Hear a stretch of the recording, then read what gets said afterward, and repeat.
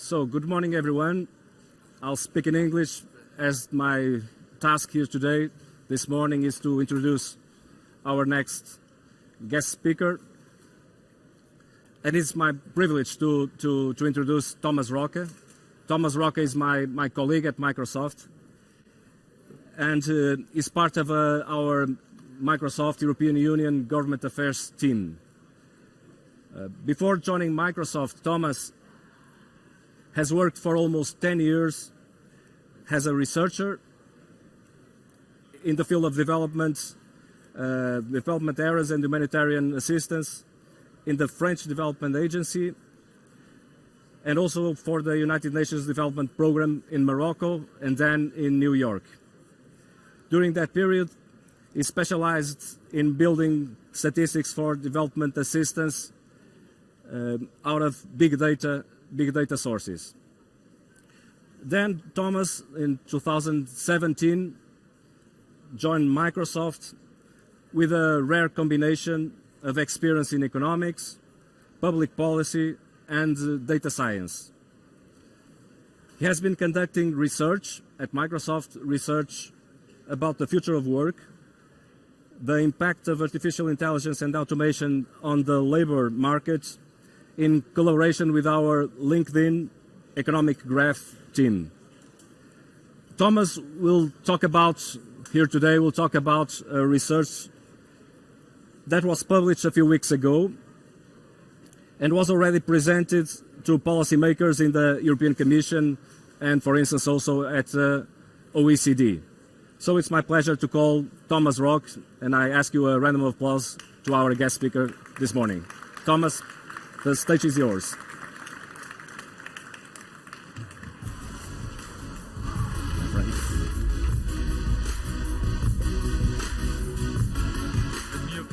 Give me a few seconds to adapt, to acclimate to this silent conference. And here we are.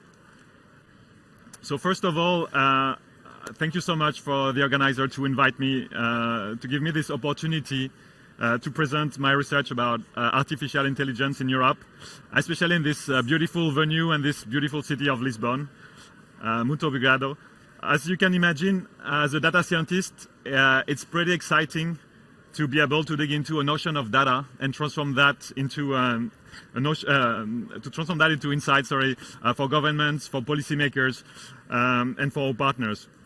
Transforming big data into actionable indicators is what we do at LinkedIn.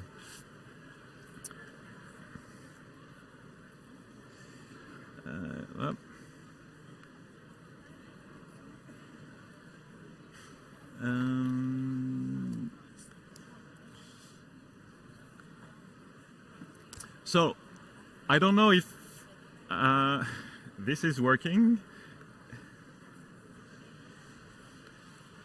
Yes. This way it will be better. Yes. So, my research is about trying to identify AI workers and AI talent in Europe and trying to give insights about the skills they have, the job offers, the skills gaps, etc. So I will introduce you to this research and present you first what is the economic graph. So the economic graph is a LinkedIn initiative to inform policymakers with labor statistics. So basically, it's what we call the digital representation of the global economy. It's based on all our membership, 610 million users, 30 million companies, 20 million jobs opening, 50,000 skills, and more than 90,000 schools. Basically, it's all LinkedIn data. I will kill the suspense right away. I will give you the main results and insights of the study. The first big finding is the size of the AI economy in Europe. You will see some shocking results. I will try to provide also good news.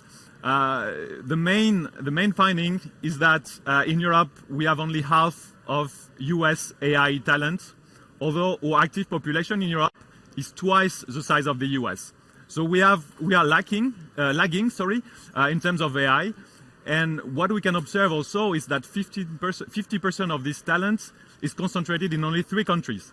So you have Germany, you have UK, and France.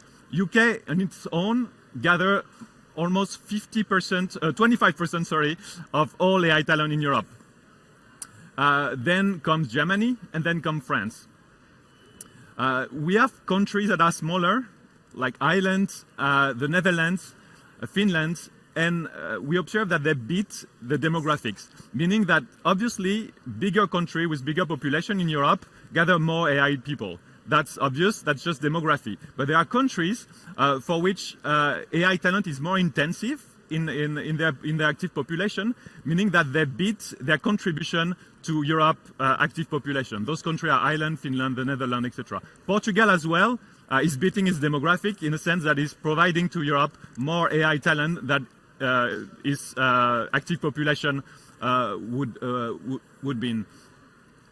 Another big finding is that AI has not spread in the entire economy. 2/3 of AI talent are concentrated in tech industry and education. This means that manufacturing, manufacturing and other sectors are not hosting or are not recruiting enough AI talent. They required or they use consultancy, they use external partners to build this AI solution. And we think that if you are trying to develop AI, it's also interesting and useful to have in-house data scientists to be able to leverage the data, to be able to understand better the business need, etc. So this is not yet at the stage we would like it to be. We will be happy in Microsoft and LinkedIn when you will see that there will be in-house AI workers in companies. What we observe as well is that AI seems not to disrupt the current industries.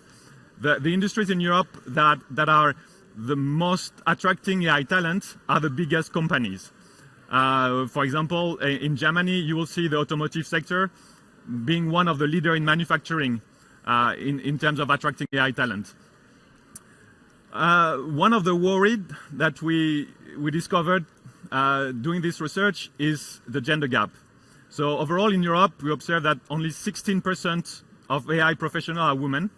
In the US, we are closer to 20%.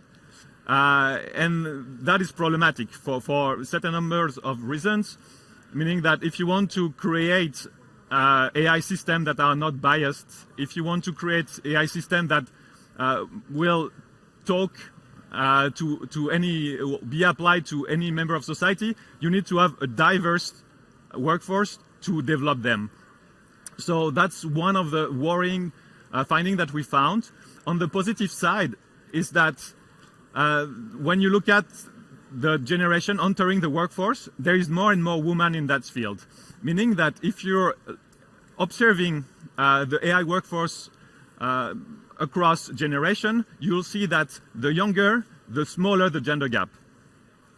Finally, our methods allow to identify workers that have similar skills to the AI talent, but not all of them. They have what you would say like the most critical skills, but sometimes a lack of machine learning or certain library, etc. We call this population the near AI talents. So it's people like statisticians, people with programming skills, but they are not yet implementing machine learning models. We observe that if we train those people with specific skill, we could double the population of AI workers in Europe.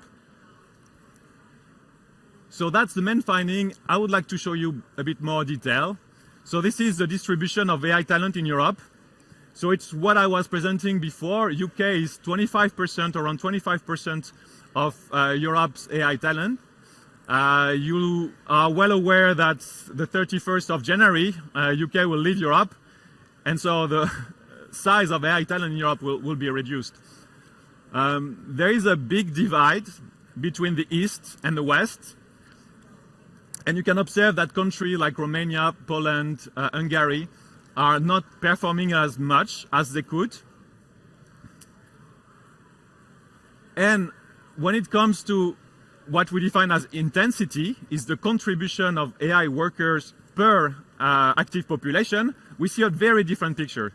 We see Germany not performing as much as it was doing before, and we see some emerging power like Sweden, Finland, Ireland, and even Portugal that beats its demographic in terms of producing or attracting or training AI workers.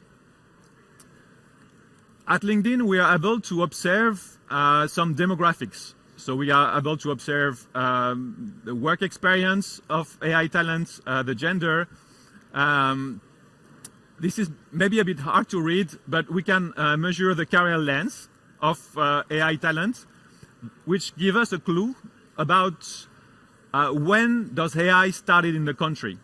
And interestingly, Belgium is one of the countries for which AI talents are the older, likely because in Belgium you had universities like KU Leuven that were one of the pioneers of AI back in the 80s.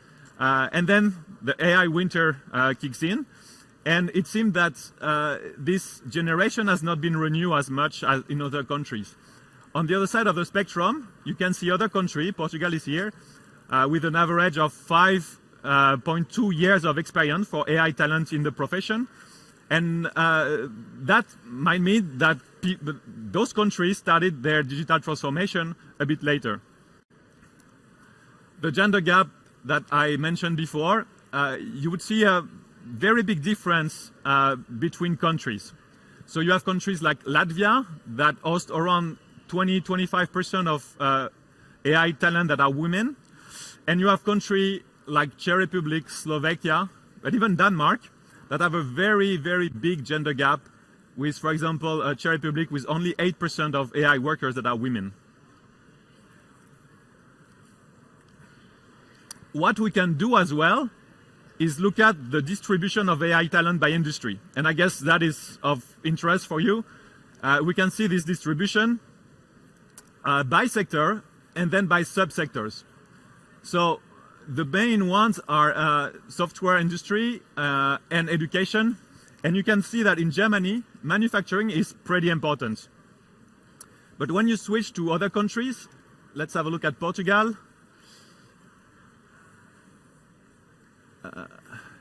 You can see a very different picture. Manufacturing in Portugal only gathered 10% of AI talent.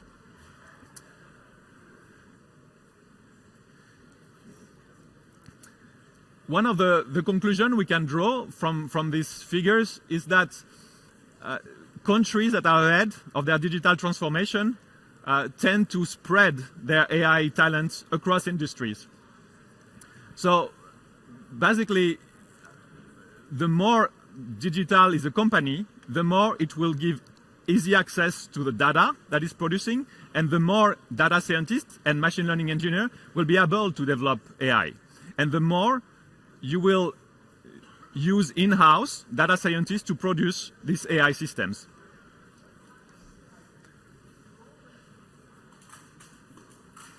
We can also look at the industry by rankings. So here you have a list of all the countries that perform the best or attract the more AI talent by industry. So Germany for manufacturing, then Croatia, Slovenia. You have the US here with 15% of AI talent working in manufacturing. And then you can select by subsectors. So if you look at automotive, then you will see how many AI workers or what is the distribution of AI workers in manufacturing. No surprise here, Germany is one of the leaders in attracting AI talent in automotive. One of the main assets of LinkedIn is to be able to match the demand and the supply for skills. We are able to have a look at the members' skills and have a look at the job market and the labor market, the number of jobs advertised for AI and the skills required for these jobs. So here you can see in blue the skills members have. This is the share of members having, for example, Python as a programming language. And in red, you can see what is required on the labor market as the share of job offers that require these skills. So it's interesting because we can see some differences. We can see that plenty of our members possess SQL as a skill. but the market is asking that a bit less. We can see that PyTorch, which is an AI library that is extremely in demand in Europe right now, and not so many of our members have these skills. So we call that skills intelligence. We can measure skills gaps, and we can provide recommendation for online learning, vocational training, etc. Besides programming skills, AI skills, we can also have a look at soft skills, which is all these skills that all members possess. And what is interesting into this category is that members tend to flag their soft skills more than the employers when they try to recruit people. So here you see the prevalence of the soft skills that is advertised on the labor market and what people flag on their profile. It's interesting because we always have this discussion about data scientists and AI workers, and we always flag their lack of soft skills. And what we observe is actually the recruiter that they barely flag or express the need for those. So we can decompose the skill by different categories. So programming skills, soft skills, data science, and AI. And we can have a look by countries. What is the distribution? So I'm French, so I will have a look at Germany, no, France. And then you can see by country, and we can be more granular. We can see by city, by region, by industry, etc. We can do this skills analysis. So, in conclusion, there is a bit of findings that we conclude from this research is that promoting digital transformation is one of the key drivers of attracting AI talents. Because if you don't produce data in your company, you will not attract AI talents. Machine learning engineer, data scientists work with the data of the company. They don't work with external data. They work with the data that are produced on the assembly line, in the documents, on the archives of the company, in the work process. They don't need Google or Facebook data. They just consume the data that are produced by the company. We need more training and more upskilling to be able to feed the demand for AI roles that are very hot on the labor market, and it's very difficult to attract those talents. Aligning the curriculum and the training to the skills intelligence companies like LinkedIn can provide could help matching better the demand between workers and companies. And finally, trying to foster this ecosystem where companies can attract talents, but also university can train them. And it's not enough to train AI talent to retain them because it's a very competitive labor market, and there is a lot of countries that attract those talents. I'm thinking about the US, but it's also because those companies are producing data, and it's really, really appealing for data scientists. So in short, this is a very brief and small overview of 2.5 years of research at LinkedIn. We have plenty more resources, and I encourage you to visit our website to download our papers and have a look in the data. Thanks so much.